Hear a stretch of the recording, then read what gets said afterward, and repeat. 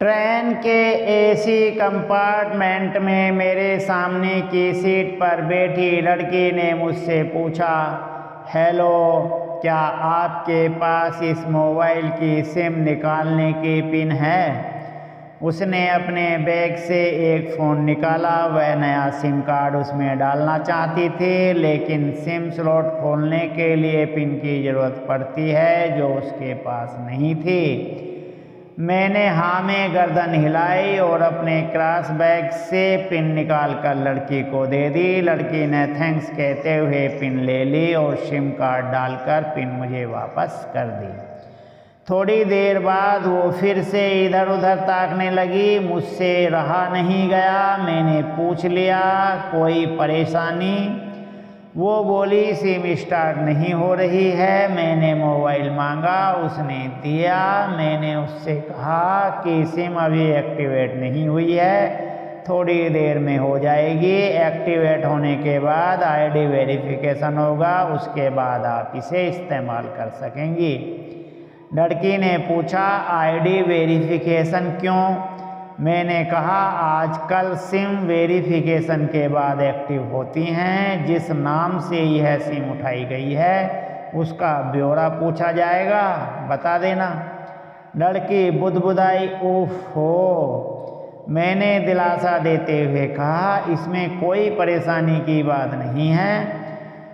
वो अपने एक हाथ से दूसरा हाथ दबाती रही, मानो किसी परेशानी में हो।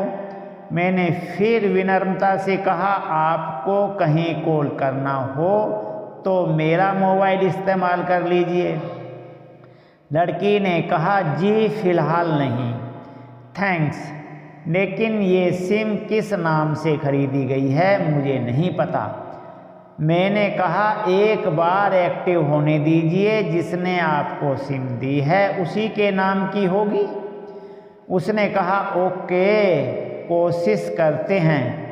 मैंने पूछा, आपका स्टेशन कहाँ है? लड़की ने कहा, दिल्ली। फिर लड़की ने मुझसे पूछा, और आपका स्टेशन कहाँ है? मैंने कहा, दिल्ली ही जा रहा हूँ, एक दिन का काम है। फिर मैंने लड़की से पूछा, आप दिल्ली में ही रहती हैं या फिर दिल्ली में कोई काम है? लड़की बोली, नहीं, दिल्ली में कोई काम नहीं, ना ही मेरा दिल्ली में घर है। तो मैंने उत्सुकतावश पूछा।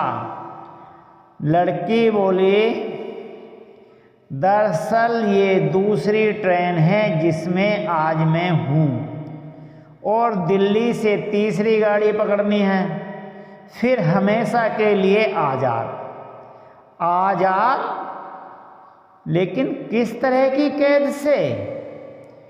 मुझे फिर जिज्ञासा हुई, किस कैद में थी ये कमसिन अल्हड़ सी लड़की?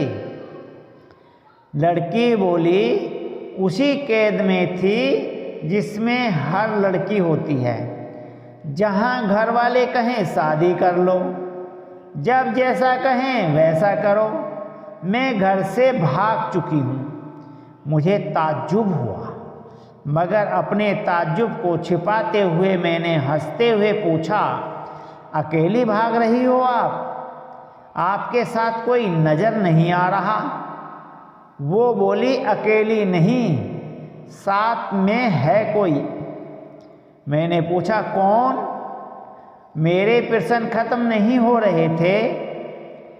दिल्ली से एक और ट्रेन पकड़ूंगी, फिर अगले स्टेशन पर वो जनाब मिलेंगे और उसके बाद हम किसी को नहीं मिलेंगे। ओफो, तो ये प्यार का मामला है? उसने कहा, जी। मैंने उसे बताया कि मैंने भी लव मैरिज की है। यह बात सुनकर वो खुश हुई, बोली, वाहो, कैसे, कब? लव मैरिज की बात सुनकर वो मुझसे बात करने में रुचि लेने लगी। मैंने कहा, कब, कैसे, कहाँ, वो मैं बाद में बताऊंगा। पहले आप बताओ आपके घर में कौन कौन है। उसने होशियारी बरतते हुए कहा, वो मैं आपको क्यों बताऊं, मेरे घर में कोई भी हो सकता है, मेरे पापा माँ भाई बहन, या हो सकता है भाई ना हो सिर्फ बहनें हो, या ये भी हो सकता है कि बहनें ना हो और 2-4 गुस्सा करने वाले बड़े भाई हों।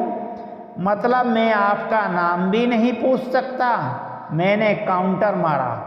वो बोली, कुछ भी नाम हो सकता है मेरा, टीना मीना रीना कुछ भी। बहुत बातूनी लड़की थी वो। थोड़ी इधर उधर की बातें करने के बाद उसने मुझे टॉफ़ी दी, जैसे छोटे बच्चे देते हैं क्लास में।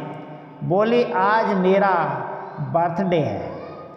मैंने उसकी हथेली से टॉफ़ी उठाते हुए बधाई दी और पूछा, कितने साल की हुई हो? वो बोली, 18।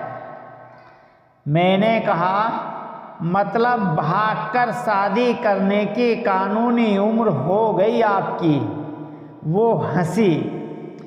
कुछ ही देर में काफ़ी फ्रैंक हो चुके थे हम दोनों, जैसे बहुत पहले से जानते हों एक दूसरे को।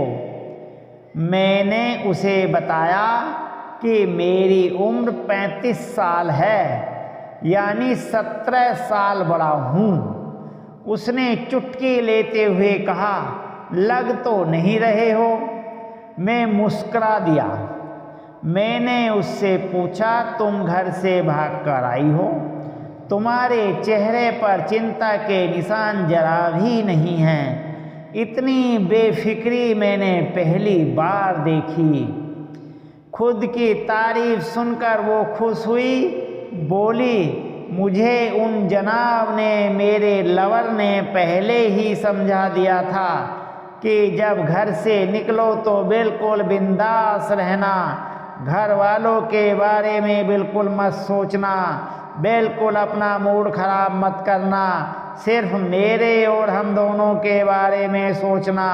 और मैं वही कर रही हूँ। मैंने फिर चुटकी ली और कहा, उसने तुम्हें मुझ जैसे अनजान मुसाफिरों से दूर रहने की सलाह नहीं दी?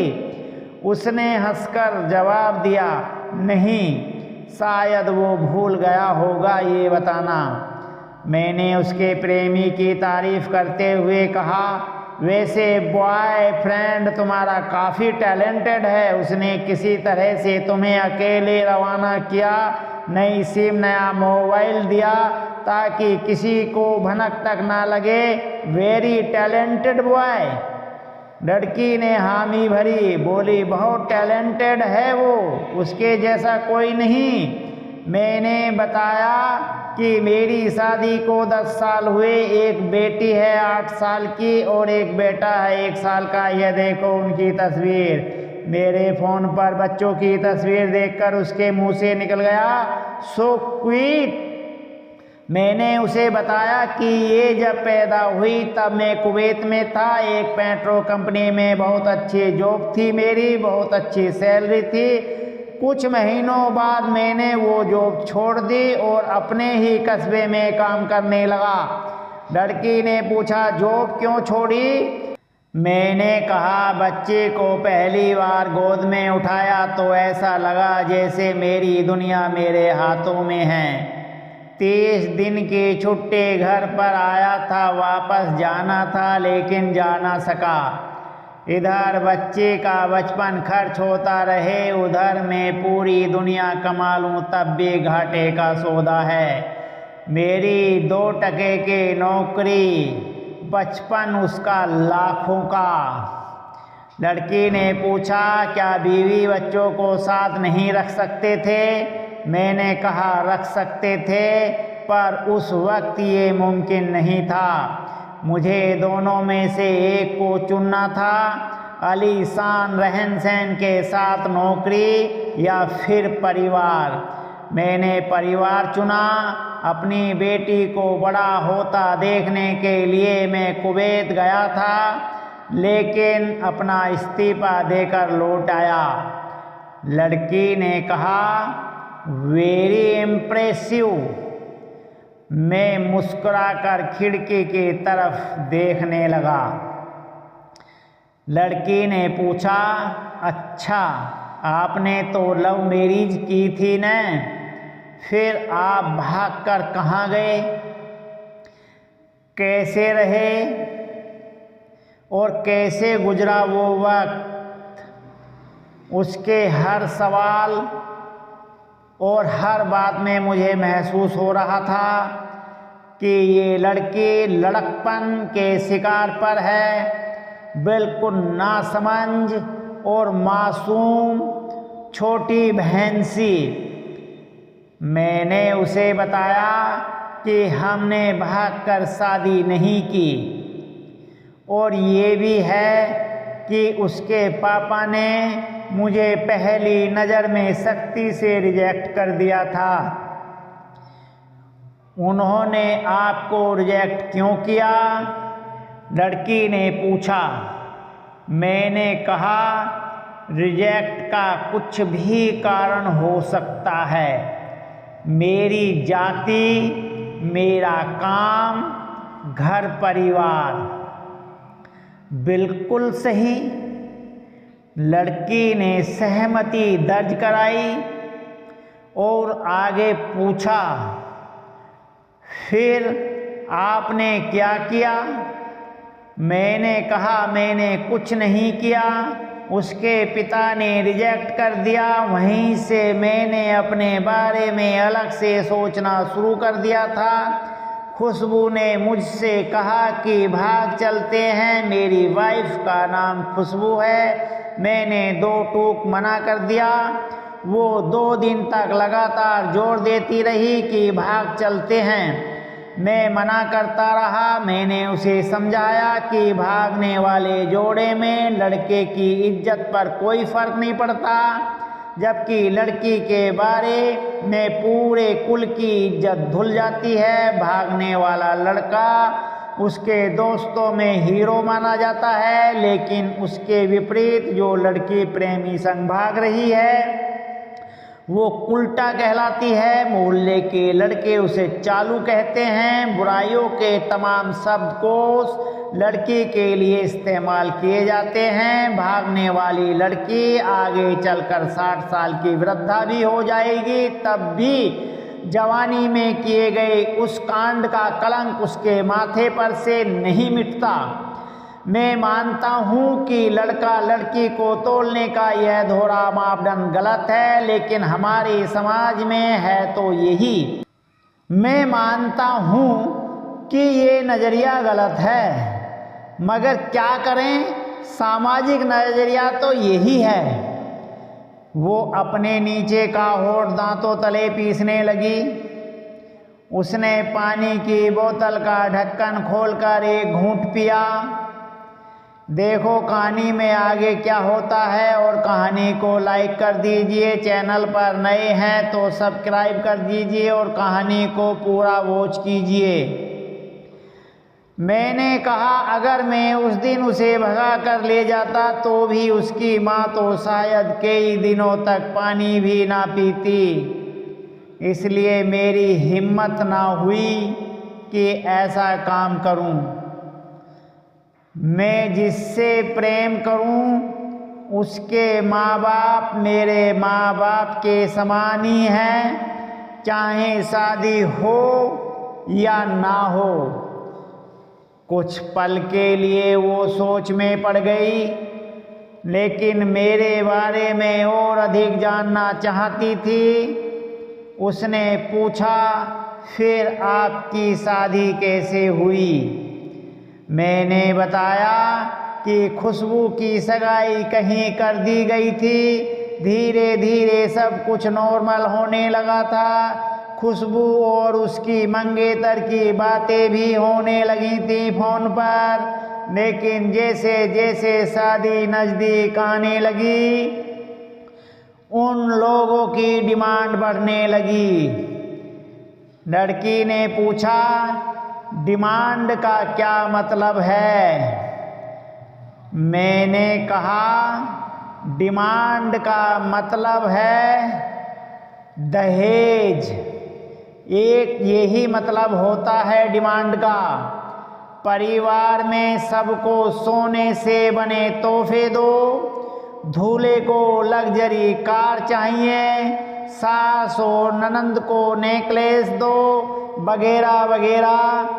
बोले हमारे यहाँ यही रीत है। लड़का भी इस रीत की अदायगी का पक्षधर था। वो सगाई मैंने तोड़वा डाली, इसलिए नहीं कि सिर्फ मेरी शादी उससे हो जाए, बल्कि ऐसे लालची लोगों में खुशबू कभी खुश नहीं रह सकती थी, ना उसका परिवार। फिर किसी तरह घर वालों को समझा बुझाकर मैं फ्रंट पर आ गया और हमारी शादी हो गई। ये सब किस्मत की बात थी। लड़की बोली, चलो अच्छा हुआ आप मिल गए, वरना वो गलत लोगों में फंस जाती। मैंने कहा जरूरी नहीं कि माता पिता का फैसला हमेशा सही हो, और ये भी जरूरी नहीं कि प्रेमी जोड़ों की पसंद सही हो। दोनों में से कोई भी गलत या सही हो सकता है। काम की बात यहाँ ये है कि ज़्यादा वफादार कौन है। लड़की ने फिर से पानी का घूंट लिया और मैंने भी। लड़की ने तर्क दिया कि हमारा फैसला गलत हो जाए तो कोई बात नहीं, उन्हें गिलानी नहीं होनी चाहिए। मैंने कहा फैसला ऐसा हो जो दोनों का हो, बच्चों और माता पिता दोनों की सहमति वो सबसे सही है। बुरा मत मानना, मैं कहना चाहूँगा कि तुम्हारा फैसला तुम दोनों का है, जिसमें तुम्हारे पेरेंट्स शामिल नहीं हैं। ना ही तुम्हें इश्क का असली मतलब पता है अभी। उसने पूछा, क्या है इसका सही अर्थ? मैंने कहा, तुम इश्क में हो, तुम अपना सब कुछ छोड़कर चली आई, ये सच्चा इश्क है। तुमने दिमाग पर जोर नहीं दिया, ये इश्क है। फायदा नुकसान नहीं सोचा, ये इश्क है। तुम्हारा दिमाग दुनियादारी के फितूर से बिल्कुल खाली था। उस खाली जगह में इश्क का फितूर भर दिया गया। जिन जनाब ने इश्क को भरा, क्या वो इश्क में नहीं है? यानी तुम जिसके साथ जा रही हो वो इश्क में नहीं, बल्कि होशियारी हीरोगिरी में है। जो इश्क में होता है वो इतनी प्लानिंग नहीं कर पाता, 3-3 ट्रेनें बदलवा पाता है। उसका दिमाग इतना काम नहीं कर पाता। कोई कहे मैं आशिक हूँ और वो सातिर भी हो, ये नामुमकिन है। मजनू इश्क में पागल हो गया था। लोग पत्थर मारते थे उसे। इश्क में उसकी पहचान तक मिट गई थी। उसे दुनिया मजनू के नाम से जानती थी, जबकि उसका असली नाम केस था, जो नहीं इस्तेमाल किया जाता। वो सातिर होता है। केस से मजनू बन पाना। फरहाद के सीरों के लिए पहाड़ों को खोद कर नहर निकाल डाली थी, और उसी नहर में उसका लहू बहा था। वो इश्क था। इश्क में कोई फकीर हो गया, कोई जोगी हो गया। किसी मांझी ने पहाड़ को तोड़कर रास्ता निकाल लिया। किसी ने अतिरिक्त दिमाग नहीं लगाया, चालाकी नहीं की। लालच, हवास हासिल करने का नाम इश्क नहीं है। इस समर्पण करने को कहते हैं, जिसमें इंसान सबसे पहले खुद का समर्पण करता है, जैसे तुमने किया। लेकिन तुम्हारा समर्पण हासिल करने के लिए था, यानी तुम्हारे इश्क में लालच की मिलावट हो गई। लड़की अचानक खोसी गई। उसकी खिलखिलाहट और झंझटापन एकदम से खामोशी में बदल गया। मुझे लगा मैं कुछ ज़्यादा बोल गया, फिर भी मैंने जारी रखा, मैंने कहा, प्यार तुम्हारे पापा तुमसे करते हैं, कुछ दिनों बाद उनका वजन आधा हो जाएगा। तुम्हारी माँ कई दिनों तक खाना नहीं खाएगी, ना पानी पिएगी।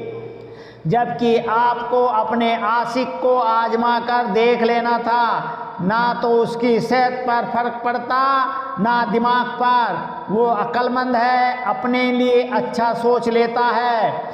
आजकल गली मोहल्ले के हर तीसरे लोंडे लपाटे जो कि इश्क में हो जाता है, वो इश्क नहीं है, जो सिनेमा जैसा कुछ है। एक तरह की स्टंटबाजी, डेयरिंग, अलग कुछ करने का फितूर और कुछ नहीं। लड़की के चेहरे का रंग बदल गया। ऐसा लग रहा था वो अब यहाँ नहीं है। उसका दिमाग किसी अतीत में टहलने निकल गया था। मैं अपने फ़ोन को स्क्रॉल करने लगा, लेकिन मन की इंद्रिय उसकी तरफ ही थी। थोड़ी ही देर में उसका और मेरा स्टेशन आ गया। बात कहाँ से निकली थी और कहाँ पहुँच गई। उसके मोबाइल पर मैसेज टोन बजी।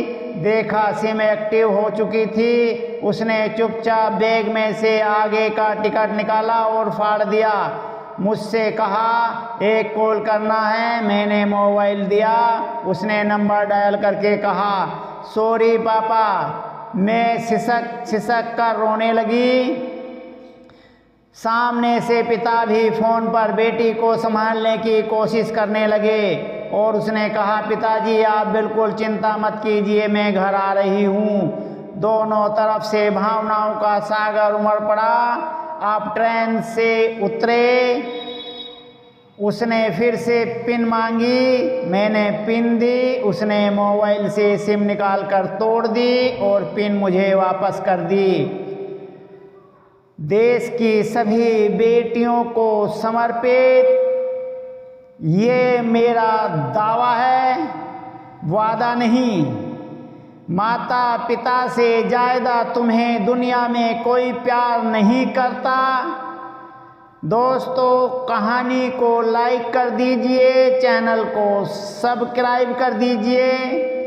कहानी अच्छी लगी तो अपने दोस्तों में शेयर भी कर दीजिए।